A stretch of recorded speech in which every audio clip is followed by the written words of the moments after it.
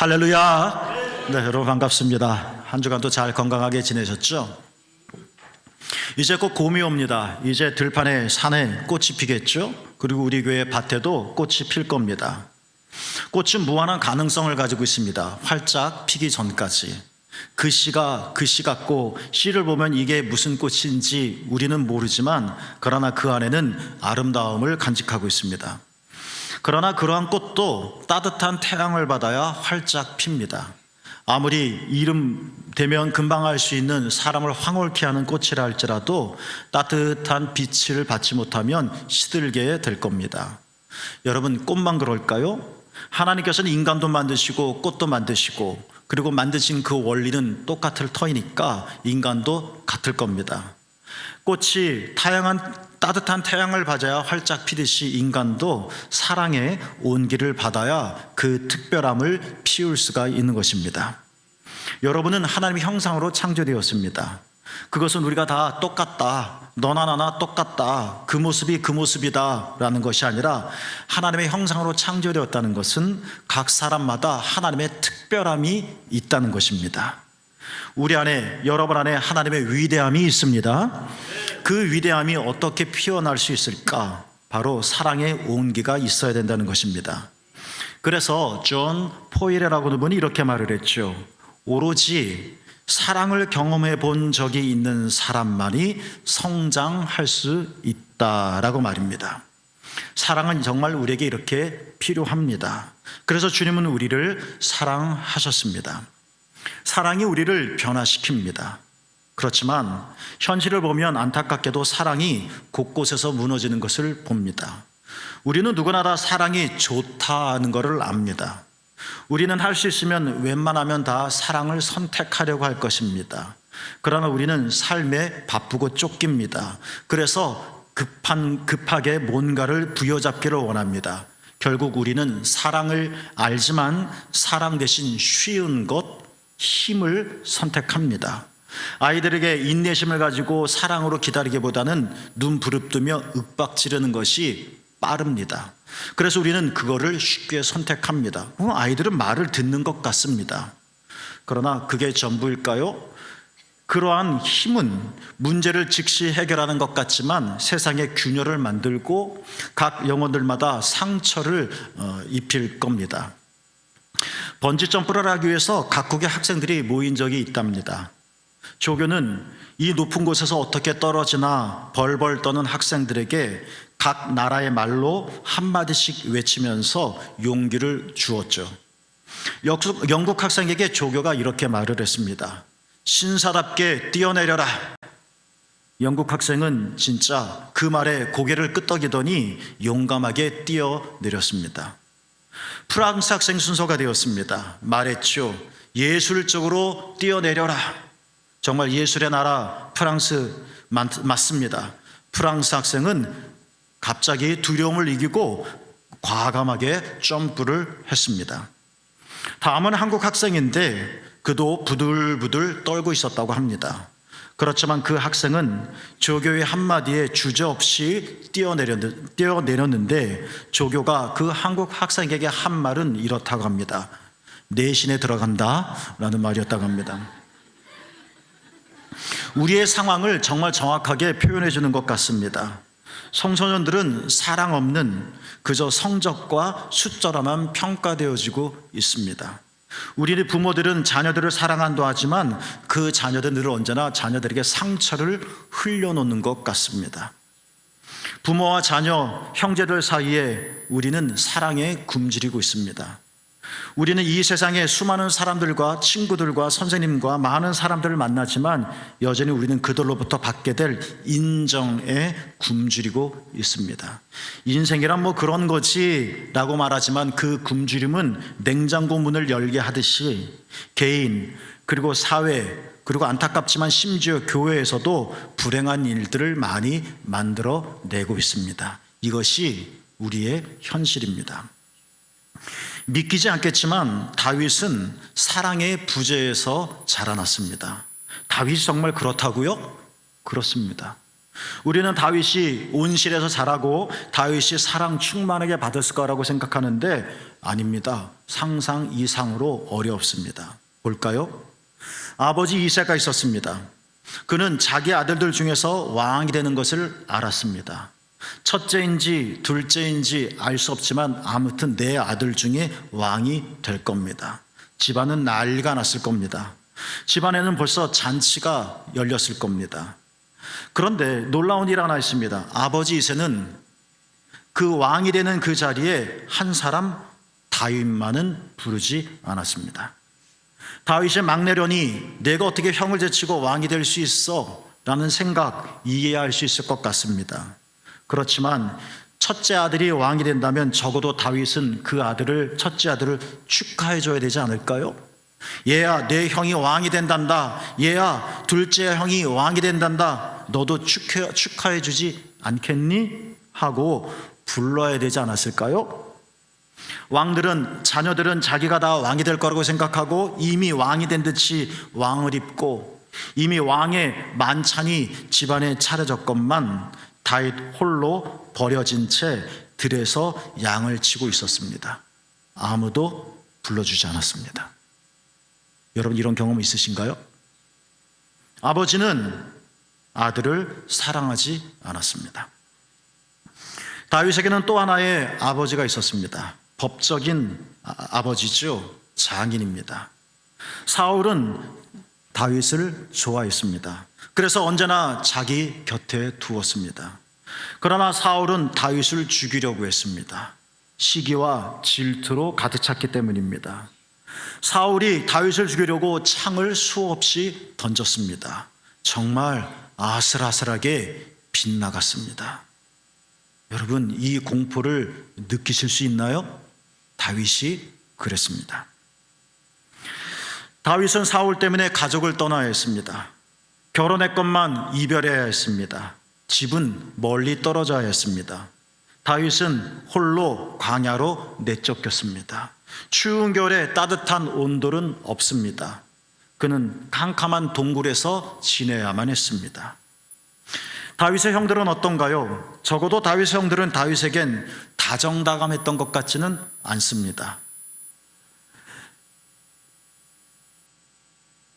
다윗의 형제들이 골리앗과 싸우러 전쟁터에 있었을 때 다윗은 아버지의 심부름으로 도시락을 가지고 형들을 찾아갔습니다. 그때 성경에 보면 엘리압 맏형이 있었는데요, 다윗에게 이 꼬맹아, 너 전쟁을 구경하러 왔구나, 이런 말로 경멸했습니다.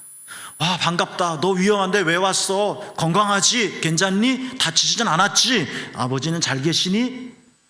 이런 말 한 절도 하지 않았습니다. 여러분, 이런 경멸을 받으신다면 여러분은 견디시겠습니까? 아버지 이새, 장인 사울, 형제들 이뿐인가요? 다윗이 이렇게 이들로부터 사랑받지 못해 가장 힘들어할 때, 배고프고 추운 모멸감을 겪으면서 광야에서 홀로 살고 있을 때 다윗의 어머니는 한 번도 등장하지 않습니다. 우리는 다윗의 어머니 이름도 성경 속에서 찾지도 못합니다. 이렇게 다윗은 어머니의 사랑도 받지 못했던 것이 분명합니다. 여러분, 이런 환경에서 자라면 누구나 다 불량자가 될 수밖에 없을 겁니다. 어디가 망가져도 망가졌을 겁니다. 몸은 건장하더라도 감정은 찌그러졌을 겁니다. 생각이 있다 할지라도 그 생각은 늘 언제나 엉뚱한 곳으로 흐르지 않겠습니까? 그렇지 않습니까? 어쩌면 다윗이 왜 압살롬에게 그렇게 애착을 가졌을까? 왜 다윗은 솔로몬에 대한 편애, 밧세바에 대한 집착, 그리고 시편에서 우리가 읽을 수 있는 그 다윗의 우울적인 감정들 표현, 어쩌면 그것은 다윗이 싫지만 어쩔 수 없는 사랑 실패의 경험에서 온 영향이라고 말할 수도 있을 것 같습니다. 그런데요, 여러분, 진짜 제가 말씀드리려고 하는 것은 우리보다 훨씬 끔찍한 그런 환경에서 저러면 죽지 벌써, 저러면 사람 안 되지 한 환경에서 자라난 다윗인데, 놀랍게도 다윗은 이스라엘 역사 속에서 가장 위대한 왕이 되었다는 것입니다. 도대체 이유가 뭘까? 뭐가 있었던 것일까? 바울의 고백에 의하면 다윗은 하나님의 마음에 드는 자다라고 했습니다. 여러분, 이런 아들이라면 진짜 사춘기 정도가 아닐 거 아니에요? 이 정도라면 부모에게 배반하지 않겠습니까? 이 정도라면 하나님은 없어 라고 말하지 않겠습니까? 그런데 하나님이 그를 끔찍하게 좋아하셨습니다. 이 비밀이 뭘까? 궁금하지 않나요? 우리는 여러 아우성을 지릅니다. 부모가 나를 사랑해 주지 않았어. 선생님이 나를 인정해 주지 않았어. 내가 교회 나갔는데 사람들이 나를 이렇게 대해. 상처받았어 하며 구석으로 그늘진 곳으로 우리는 도망가기도 합니다. 에라 모르겠어. 이제 나는 글러먹었어. 내 인생은 망가진 거야. 가망이 없다고 하면서 우리는 저주로 절벽으로 떨어질지도 모를 것 같습니다. 그런데 도대체 다윗은 뭐길래 이런 상상할 수 없는 위기 속에서도 이렇게 멋진 사람이 될 수 있었을까? 우리는 그 숨겨진 비밀을 다윗의 고백에서 찾아낼 수 있을 겁니다. 다윗은 이렇게 말을 했습니다. 함께 읽을까요? 시작. 내 부모는 나를 버렸으나 여호와는 나를 영접하시리이다. 말씀드렸듯이 다윗은 버림받았습니다. 다윗은 사랑을 받지 못했습니다. 아마 모든 사람들이 그럴 겁니다. 엄마 아빠는 나를 사랑하지 않는 것 같아. 그런데 그 엄마 아빠도 그 엄마 아빠한테 사랑을 받지 못했습니다. 그래서 사랑이 뭔지 충분히 모릅니다. 사랑이 뭔지 충분히 모르니까 우리를 사랑이라고 대하지만 사랑이 아닌 경우들이 많이 있습니다. 하나님은 하나님의 형상을 따라 아담과 하와를 아담을 창조하셨건만 타락한 아담이 아들을 낳았을 땐 성경에 보면 하나님의 형상으로 아들을 낳은 것이 아니라 자기의 형상을 따라 아들을 낳았다라고 말을 했습니다. 이미 망가지고 공허한, 이미 깨진 그런 삶으로 또 다른 똑같은 인생을 만들어낸 겁니다. 부모는 나를 버렸다. 부모를 원망할 필요는 없습니다. 그도 또 사랑에 실패한 자일 테니까. 목사님 원망하지 마십시오. 목사님도 똑같은 사랑에 실패한 사람이니까. 그러나 다윗은 이러한 비극적인 순간 속에서도 올곧이 설 수 있었는데 그 연유가 뭐라고요? 여호와는 나를 영접하시리이다. 다윗은 버림받았고 상처를 받지 못했고 그 상처기가 깊이 새겨졌습니다. 그러나 받아야 되는데 받지 못한 이 공백들, 이 허전함들, 이 공허함들, 다윗은 그 공간을 어떻게 했습니까? 하나님의 사랑으로 채웠다는 것입니다. 이 세상에 완전한 공간은 없습니다. 이 세상에 우리가 그리던 이상적인 환경은 하나도 없습니다. 여러분들이 만나는 모든 사람들마다 어딘가가 망가져 있는 사람들입니다. 그 사람들이 인간이 아란 얘기는 아닙니다. 그러니까 우리는 사랑받지 못한 공백, 사랑의 실패가 만들어놓은 이 상처를 피할 수가 없을 겁니다. 그러면 나도 똑같이 그런 사람이 되고 나도 똑같이 그런 사람을 만들 겁니다. 그러나 괜찮습니다, 여러분. 왜냐하면 하나님이 계시기 때문에 그렇습니다. 다윗이 참으로 뼈아픈 삶의 고통 속에서도 하나님의 마음에 든 자로 우뚝 설 수 있었던 것은 이 빈 틈마다 하나님의 사랑으로 채워 나갔다. 여호와는 나를 영접하시리이다. 여러분, 여러분의 삶 속에 여러분의 감정과 의지와 여러분의 인격 속에 빈 틈은 무엇입니까? 여기 채워져야 되는데 내가 체험받지 못해서 삐걱거리는 것은 어떤 것입니까? 괜찮습니다. 주님이 넉넉하게 채우실 수 있습니다. 다리 하나가 짧다고 쩔뚝거리며 걸으시겠습니까? 눈이 하나 시력이 약하다고 해서 한눈으로만 보시겠습니까? 내가 코가 막혔다고 해서 향기를 맡지 않으시렵니까? 여러분, 주님이 계십니다. 우리 주님의 그 놀라운 사랑이 여러분의 다리를 온전하게 만들 것이고, 그 주님의 사랑이 여러분을 뜨겁게 달구어서 여러분의 코를 뻥 뚫리게 만들 것이고 눈을 여실 거라는 것입니다. 6세기 또는 7세기 수도사로 알려진 도로테우스라고 하는 사람이 있습니다. 이 도로테우스 수도사가 그 당시 무신론적인 기독교 국가 그 시대이지만 여전히 교리적으로 살고 있었던, 하나님의 생명을 알지 못했던 이 기독교인들에게 하나님의 사랑이 무엇인지, 그리고 그 사랑이 얼마나 우리의 삶에 유익한지를 설명하기 위해서 하나의 기하학적인 그림을 사용했습니다. 이런 그림입니다. 여러분이 보고 계시는 것처럼 원 하나가 있습니다. 그리고 원 안에는 원 둘레에서 중심으로 여러 개의 직선들이 그려져 있습니다. 이 여러분이 보시는 그림에는 8개의 직선이 있지만 10개가 될 수도 있고 그 이상이 될 수도 있으며 적을 수도 있습니다. 이 그림을 가만히 보면 여러분, 밖에서부터 하나의 직선을 따라 점점 중심으로 갈수록 그 직선은 주변에 있는 직선들과 서로 거리가 가까워지는 것을 보실 겁니다. 이해하시겠죠? 원 밖에 있을 때, 테두리에 있을 때는 직선과 직선이 먼데 중심으로 갈수록 직선들이 서로 가까워지는 장면 말입니다. 그렇죠? 이해하시죠? 반대로 중심에서 바깥으로 나갈수록 어떻게 됩니까? 직선들은 점점 멀어집니다. 이것은 도로테우스가 쓴 하나의 은유입니다. 이 유비를 통해서 도로테우스가 말하려고 하는 것은 이런 거죠. 원의 중심은 하나님입니다. 다양한 직선들은 인간의 삶들을 가리키는 겁니다. 그러니까 저는 목사의 삶이 있고 동시에 아버지의 삶이 있으며 또는 아들의 삶이 있는 것처럼 우리는 여러 개의 삶을 살아갑니다. 직선이 여러 개이듯이. 자, 이 그림이 우리에게 알려주는 것처럼 하나님에게 가까이 갈수록 우리의 삶은 이렇게 통합되고 조화를 이루어 충만해진다는 것을 도로테우스가 설명해 주려고 하는 것입니다.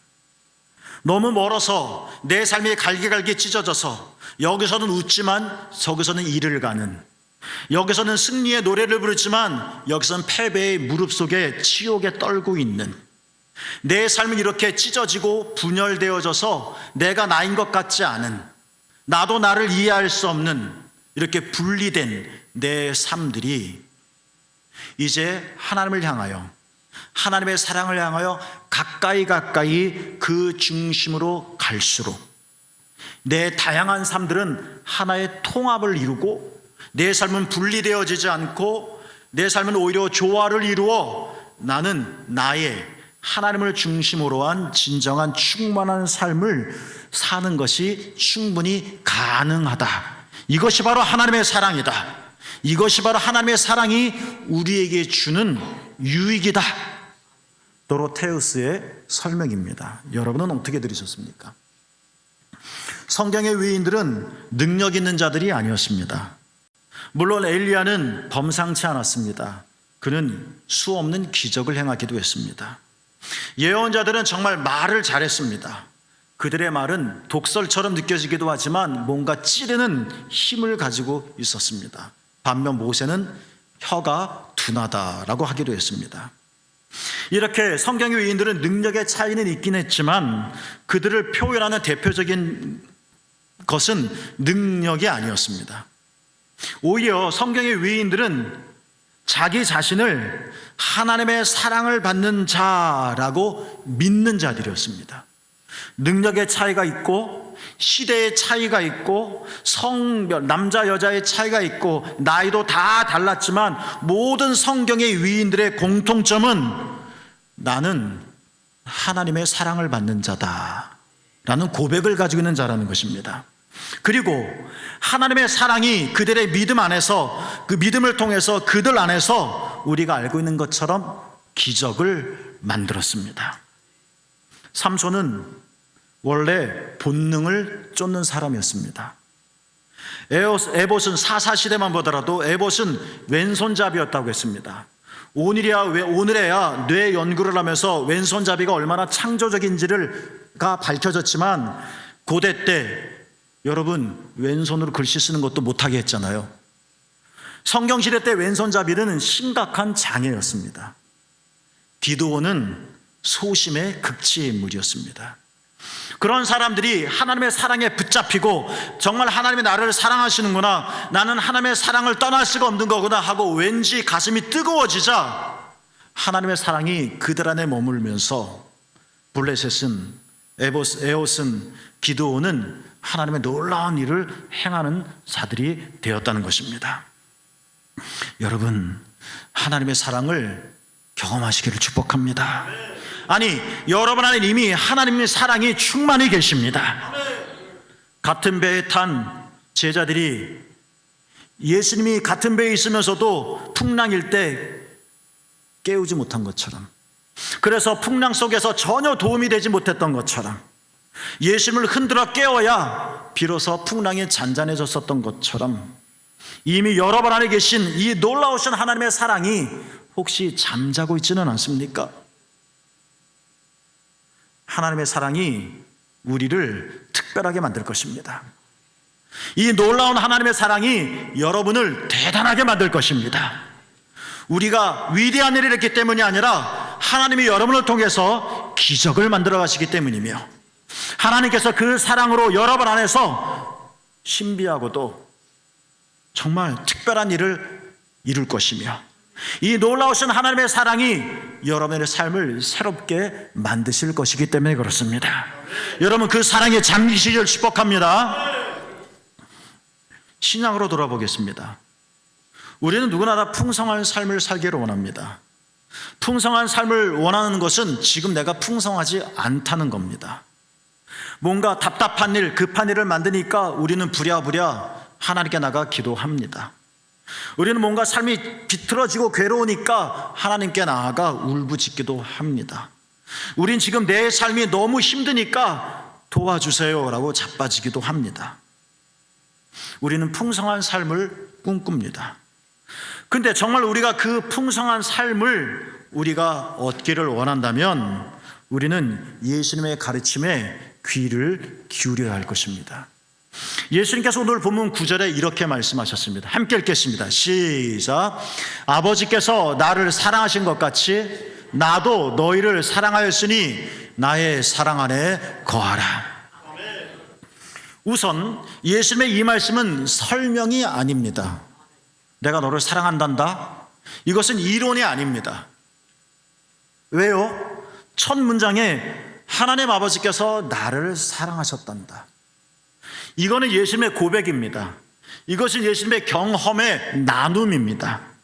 예수님의 이 풍성함은 말에 있는 것이 아니라 바울의 말처럼 능력에 있는 것입니다. 이것을 내가 직접 체험한 것이기 때문에 뭔가 말이라 할지라도 똑같은 언어를 사용해도 풍미가 달랐습니다. 하나님이 나를 사랑하셨다. 이 사랑을 깊이 간직했던 예수님이 제자들에게 말합니다. 두 마디를 합니다. 첫 번째는 이겁니다. 나도 너희를 사랑한다. 나도 너희를 사랑한다. 이 말을 제자들이 들었을 때 뭐야? 생뚱맞게 맞아요, 주님 나를 사랑하는데 그게 뭔지 잘 모르겠어요 라고 반응할 수도 있을 것입니다. 그러나 주님은 말합니다. 얘야, 내가 너를 사랑한다.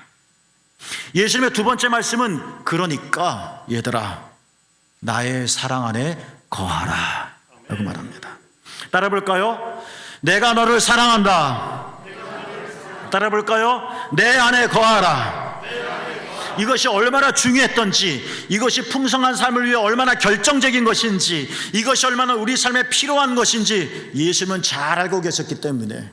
왜? 예수님이 하나님의 사랑을 받았으므로, 이게 뭔지를 아셨기 때문에 반복해서 4절, 5절, 6절, 7절, 8절만 빼고 9절 거하라, 거하라 계속 말씀하십니다.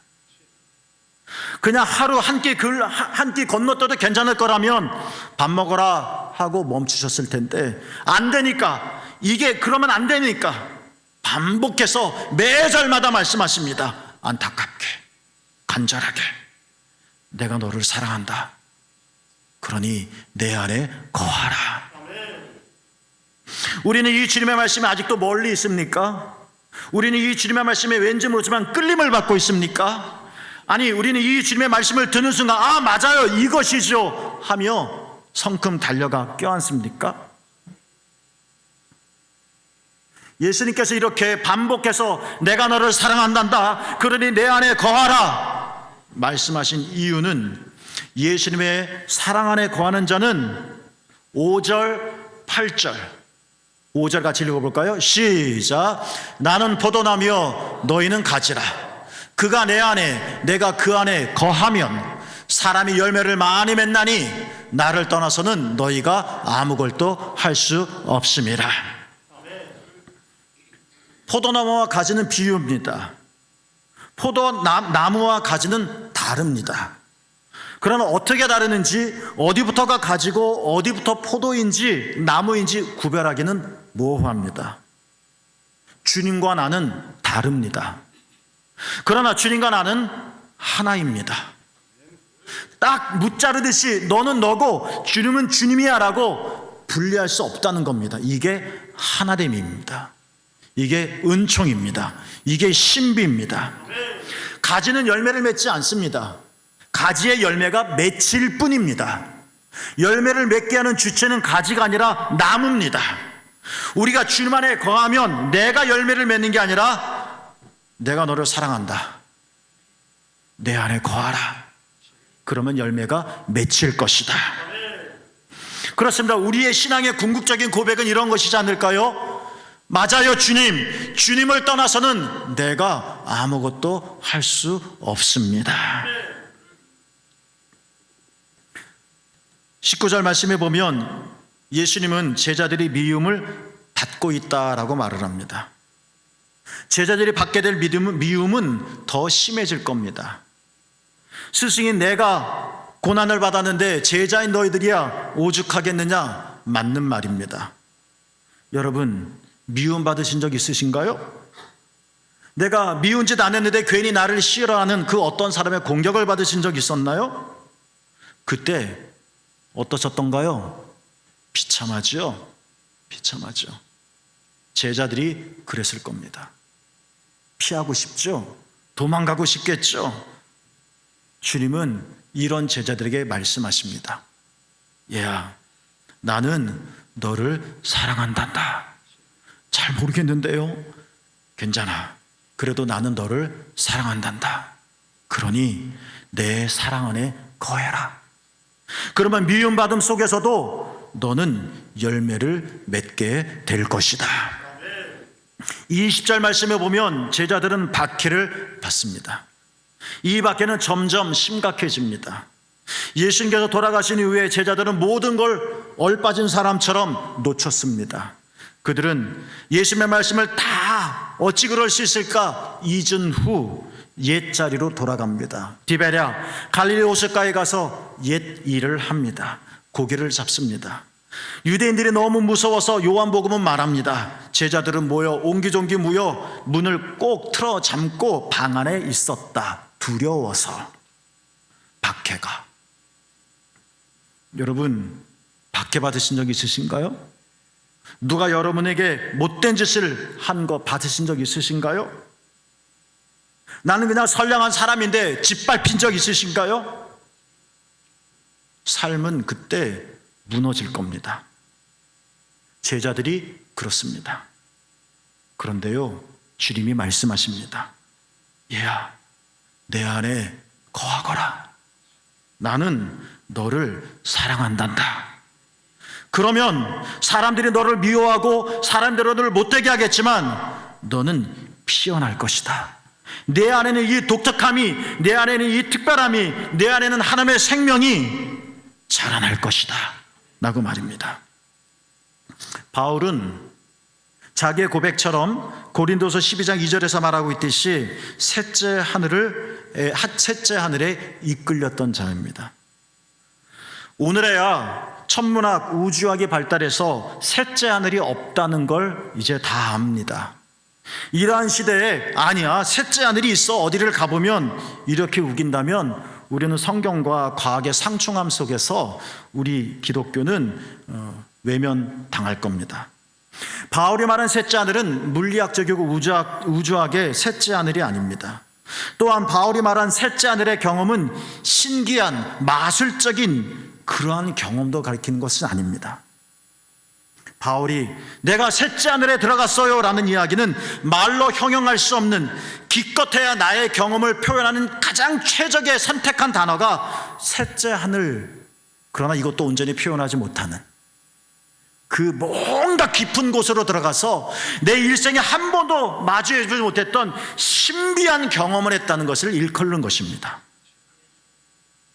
우리는 언어로 내 생각을 전합니다. 내 생각은 이래. 상대방은 언어를 통해 내 생각을 전해 듣습니다. 언어를 통해 우리는 서로 교류합니다. 그런데 우리는 이상하죠? 언어 때문에 또한 서로 오해를 합니다. 상대방의 말을 언어 때문에 왜곡합니다. 나는 너를 사랑하거든. 근데 상대방은 그렇게 듣지 않습니다. 이 속에서 우리는 갈등합니다. 언어의 한계입니다. 언어 이용할 수밖에 없는데 언어가 우리의 삶을 이렇게 왜곡시킨다는 겁니다. 우린 여기서 충동합니다. 우린 여기서 괴로움을 겪습니다. 이런 걸 생각해 보면 방언이라고 하는 것은 혀가 돌아가는 이상한 말이 아니라 그건 그냥 현상학적인 것이지, 진짜 방언이란 뭐냐? 이 언어를 초월한 것. 언어는 우리에게 늘 언제나 오해를 만들지만, 그러나 방언의 하나님의 하늘나라의 언어는 이 오해를 낳는 언어를 뛰어넘은, 그냥 내가 말만 해도, 내가 생각만 해도 온전히 직접적으로 내게 돌아오는 하나님의 놀라운 신비한 경험들. 그래서 하늘 언어라는 것입니다. 바울의 셋째 하늘은 그런 경험입니다. 이 사람들이 알지 못하는, 그러나 그 깊은 무엇, 그것은 하나님의 사랑이었습니다. 바울은 이 하나님의 사랑이 로마서 5장 8절에 나타난 것처럼 그리스도 안에 나타났음을 바울은 절절히 경험합니다. 그래서 그리스도의 사랑이 단순히 낭만적이거나 이성적인 문제가 아니라 그 길이 죽음의 길인 줄 알면서도 내 발을 멈추지 못하게 하는 그리스도 예수의 사랑이 나를 강권하는도다. 여러분, 이런 끌림을 경험해 보신 적 있으십니까? 내가 저항하고 싶지만 저항할 수 없는, 나는 좀 부담스럽지만 그러나 가야 되겠다는 생각이 더 크게 나타나는 이런 내적인 설명할 수 없는 끌림 말입니다. 여러분, 나를 괴롭게 하지 마세요. 내 안에 예수 그리스도의 흔적이 있습니다. 이것은 내 삶이 비굴합니다. 내가 너무 아파요. 내가 이런 삶을 살았어요 라는 한탄이 아니라 신비입니다. 신비. 그리스도의 사랑이 내 안에 이렇게 흔적으로 남아 있습니다. 바울은 그리스도 안에 나타난 하나님의 사랑을 안 겁니다. 그래서 그는 로마서 8장 뒷부분에 보면 인간은 고통과 탄식을 겪기 때문에 구원을 갈망하고, 역설적으로 우리는 이렇게 구원을 갈망하면서도 고통과 탄식 속에서 우리는 여전히 힘들어 하는데, 이 속에서도 우리가 여전히 구원을 갈망할 수 있는 소원을 갖는 이유가 있고, 그것은 바로 그리스도 예수의 사랑이다 라고 바울이 외칩니다. 이 말 전체가 로마서 8장 후반부에 나오는데 저는 두 개만 여러분에게 소개하면, 첫 번째는 이 말씀입니다. 함께 읽겠습니다. 시작. 이 모든 일에 우리를 사랑하시는 이로 말미암아 우리가 넉넉히 이기느니라.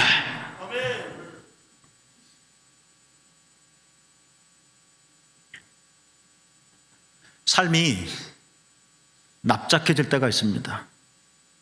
어느 날 문득 내가 살아온 모든 시간들이 어색해질 때가 있습니다. 힘에 부치기도 하고요, 얽히고 설키어 탈출구를 찾지 못하고 숨구멍이 어디 있는지 버벅거릴 때도 있습니다. 바울도 그랬고 초대교회 교인도 그랬고 그리고 다른 사람도 다 그렇습니다. 이것이 우리의 죄된 현실입니다. 그런데 바울은 이 속에서 우리에게 이렇게 말합니다. 그렇죠, 여러분. 그렇죠, 숨이 차지요. 그렇죠, 가슴이 깨지지요. 바울이 말이 뭡니까? 그래도 여러분은 넉넉히 이기실 것입니다 라고 말입니다. 그 힘이 나에게 나오는 것이 아니라 그 힘이 가지에 있는 것이 아니라 우리가 그리스도 예수 사랑 안에 거하니 나무이신 예수 그리스도께서 나오는 것을 알기 때문입니다. 여러분은 넉넉히 이기실 것입니다. 때로는 벌벌 떨리기도 하고 때로는 넘어지기도 하지만 여러분은 마침내 이길 것입니다. 세번역 성경을 읽어보면 바울이 하나님께 감사합니다. 그리스도의 개선된 일에 나를 참가시켜 주셔서 감사합니다 라고 말입니다. 왜요? 모든 일에서 여러분을 사랑하시는 그리스도께서 계시기 때문에 그렇습니다. 여러분은 이길 것입니다. 바울은 또 이렇게 말합니다. 함께 읽겠습니다. 시작. 다른 어떤 피조물이라도 우리를 우리 주 그리스도 예수 안에 있는 하나님의 사랑에서 끊을 수 없으리라. 세상은 착하지 않은 것 같습니다. 그래서 무섭습니다. 나는 성의를 다했지만 반응은 그렇게 다가오지 않습니다. 나는 양심을 표현했지만 세상은 이익을 쫓습니다. 나는 양보를 했는데 사람들은 감사하지 않습니다. 그래서 아픕니다. 그렇지만 바울은 이 어처구니없는 세상 속에서 우리에게 말합니다. 여러분, 그 어떤 것도 예수 그리스도 안에는 하나님의 사랑에서 여러분을 끊지 못합니다. 마지막 잎새처럼 여기까지가 뭐다 할 때, 그래서 바들바들 떨 때, 그 뒷이야기가 두려울 때, 다가올 사람들의 수많은 시선과 소리가 수치스러움으로 여겨질 때, 그런데 주님은 우리에게 말씀하신다는 겁니다. 얘야, 내가 너희를 사랑한다. 내가 너희를 붙들고 있단다. 어떤 것도 여러분을 하나님의 사랑에서 끊을 수 없습니다. 믿읍시다. 믿자고요. 사랑하는 자매께 여러분, 그리스도 예수께 가까이 나가기를 바랍니다. 오늘은 맑았다가 내일은 흐릴 수 있고 또 그 반대일 수도 있지 않겠습니까? 겨울이 지나면 봄이 오듯이, 그러다 무성하게 자라다 열매를 맺듯이, 그러다 또 앙상해지듯이 말입니다. 그래도 우리는 봄이라고 더 활기차게 살고 겨울이라고 움츠러들지 않는 것처럼 한결같이 예수께로 가까이 나갑시다. 시궁창에 빠져도 질퍽한 땅을 걸어간다 할지라도 아니면 푸른 처장을 뛰어간다 할지라도 예수께로 가까이 가는 것을 잊지 맙시다. 뛰어가 그분의 사랑 안에 거합시다. 원, 바깥, 둘레, 언저리에서 배회하지 맙시다. 중심으로 나갑시다. 그리스도 예수의 사랑이 여러분을 새롭게 만들 것이기 때문에 그렇습니다. 그 충만함 속에 거하시는 여러분 모두가 되기를 주님의 이름으로 축복합니다.